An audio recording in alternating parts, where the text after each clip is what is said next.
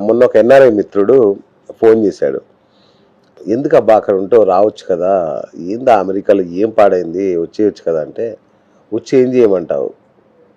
మాకు రిజర్వేషన్ లేవు. మాకు 95 మార్కులొచ్చినా మాకెవడు ఉద్యోగం ఇవ్వడు. ఆ! వాళ్ళకి 5, 6 మార్కులొచ్చినా వాళ్ళకి మంచి స్థాయిలో ఉద్యోగాలొస్తాయి. ఏం చేయమంటావు వచ్చి? బతకలేక పరాయి దేశాలకొచ్చాం. మేమేం మాతృభూమి మీద ప్రేమ లేకనో, డబ్బు కోసం రాలేదు. బతకడానికే వచ్చాం" అని తమ్మి నమస్తేనే. అరే మంచి గుర్తుపెట్టినావు. ఎట్లున్నావు? మంచిగున్నావా? ఫ్యామిలీ ఎట్లుంది? మంచిగున్నదా?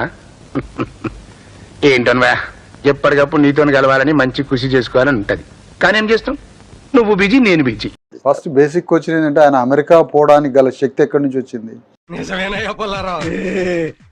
అమెరికా దాకా జర్నీ అయ్యి అక్కడ సెటిల్ అయ్యి ఒక ఎన్ఆర్ఐగా అక్కడ అమెరికాలో సెటిల్ అయ్యే